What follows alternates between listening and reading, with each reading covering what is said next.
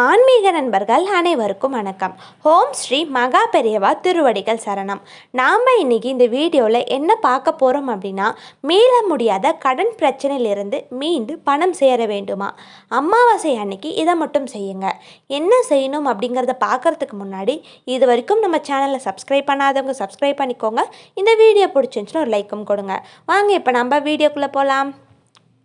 இன்றைய நவீன காலத்தில் கடன் வாங்காமல் வாழ்பவங்க எவரும் இருக்க மாட்டாங்க.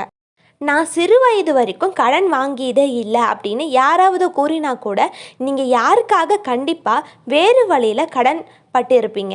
அதனால் கடன் வாங்குவது அப்படிங்கிறது எல்லோரோட வாழ்க்கையிலும் பொதுவான ஒரு விஷயம்தான். ஆனால் ஒரு சிலர் கடன் வாங்கும்போது அவங்களோட நேரம் மற்றும் சூழ்நிலைகள் சரியாக இருக்காது. அவங்க அந்த கடனில் இருந்து மீளவே முடியாத அளவுக்கு மாட்டிப்பாங்க.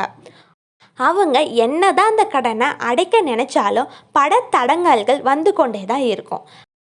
அதனால் இன்னைக்கு மீள முடியாத கடனிலிருந்து மீள்றதுக்கு நாம் என்ன செய்யணும் அப்படிங்கிறத விளக்கமாக பார்க்கலாம்.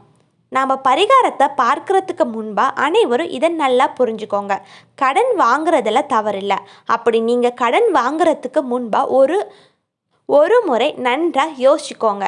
இப்பொழுது இந்த கடனை வாங்குவது அவசியம்தானா அப்படிங்கிறத முதல்ல யோசிங்க.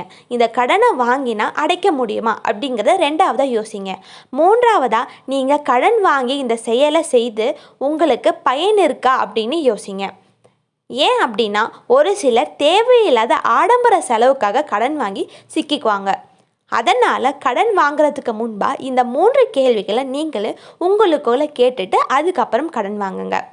மீள முடியாத கடனிலிருந்து மீள்றதுக்கு நீங்கள் செய்ய வேண்டிய பரிகாரம், அமாவாசை வருவதற்கு 3 தினங்களுக்கு முன்பாகவே நீங்கள் செய்ய வேண்டியதாக இருக்கும். இந்த பரிகாரத்தை செய்கிறதுக்கு ஒரு எலுமிச்சை பழம் தேவைப்படும். அதனால் முற்றிலும் மஞ்சள் நிறமாகவும் கரும்புள்ளிகள் இல்லாத நல்ல பழமாக பார்த்து வாங்கிக்கோங்க. அப்படி வாங்கிக்கிட்ட வந்த அந்த பழத்தை ஒரு டம்ளரில் அப்படி இல்லைன்னா கிண்ணத்தில் எடுத்து அதில் பன்னீர் ஊற்றி அதில் நாம் வாங்கி வந்த அந்த எலுமிச்சை பழத்தை போட்டு 1 மணி நேரம் அப்படியே வச்சுடுங்க. நீங்கள் இப்படி செய்கிறதன் மூலமாக உங்கள் வீட்டுக்குள்ளே இருக்கும் எதிர்மறையான ஆற்றல்கள் அனைத்தும் வெளியேறிடும். அதுக்கப்புறம் நீங்கள் பயன்படுத்தும் கர்ஷீஃப் அளவில் ஒரு மஞ்சள் நிற துணியை எடுத்துக்கோங்க. மஞ்சள் துணியை விரித்து அதில் நீங்கள் பன்னீரில் போட்டு வச்சுருக்கிற எலுமிச்சை பழத்தை எடுத்து வச்சுக்கோங்க. இதோடு நீங்கள் யாரிடம் பணம் வாங்கியிருக்கீங்களோ அவங்க பேரை, எவ்வளவு பணம் வாங்கியிருக்கீங்க அப்படிங்கிற தகவலை நீங்கள் எப்போ திருப்பி கொடுக்க நினைக்கிறீங்க அப்படிங்கிறத அந்த வெள்ளை பேப்பரில் தெளிவாக எழுதிக்கோங்க. எலுமிச்சை பழத்தோடு இதையும் சேர்த்து கொள்ளுங்க. அதுக்கப்புறம் துணியை 4 முனையை ஒன்றாக சேர்த்து வச்சு ஒரு மஞ்சள் நிற நூலால் சுற்றி கட்டிக்கோங்க.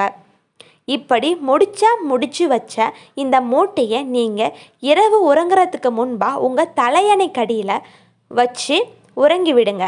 இதை 3 நாட்கள் தொடர்ந்து செய்து வாங்க. அதுக்கப்புறம் 3வது நாள் அமாவாசை தினம் அன்னைக்கு நீங்கள் தூங்குறதுக்காக பயன்படுத்துகிற தலையணியை, உரையை மற்றும் படுக்கை விரிப்பை ஊற வச்சு நன்றாக துவைச்சிடுங்க.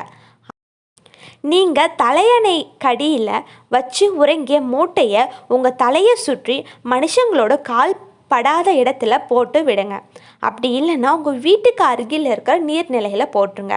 அதுக்கப்புறம் நாம் அந்த முடிச்சை தூக்கி போட்டதுக்கப்புறம் அன்றைய நாள் உங்கள் வீட்டுக்கு அருகில் உள்ள துர்க்கையம்மன் கோவிலுக்கு ராகு காலத்தில் போய் 9 எலுமிச்சை பழத்தை மாலையாக கோர்த்து அம்மனுக்கு சாற்றி விட்டு தீபம் ஏற்றி அம்மனை வழிபடுங்க. நீங்கள் அம்மனை வழிபடும் போது நீங்கள் வெள்ளை பேப்பரில் எழுதிய பிரச்சனைக்கு ஒரு தீர்வு கிடைக்க வேண்டும் அப்படின்னு மனதார அம்மனிடம் உருகி வேண்டிக்கோங்க. இப்படி இந்த பரிகாரத்தை செய்து முடிச்சதுக்கப்புறம் உங்கள் கடன் பிரச்சனைக்கு தீர்வோடு மட்டுமல்லாமல் உங்கள் வீட்டில் பண வரவையும் அதிகரித்து உங்கள் வீட்டில் பணப்புழக்கம் எப்பொழுதும் இருக்கும்படி செய்துவிடும். நம்பிக்கையோடு செஞ்சு பாருங்கள், நல்ல பலன் கிடைக்கும். ஹரஹர சங்கர ஜெய ஜெய சங்கர, ஹரஹர சங்கர ஜெய ஜெய சங்கர. அனைவருக்கும் நன்றி.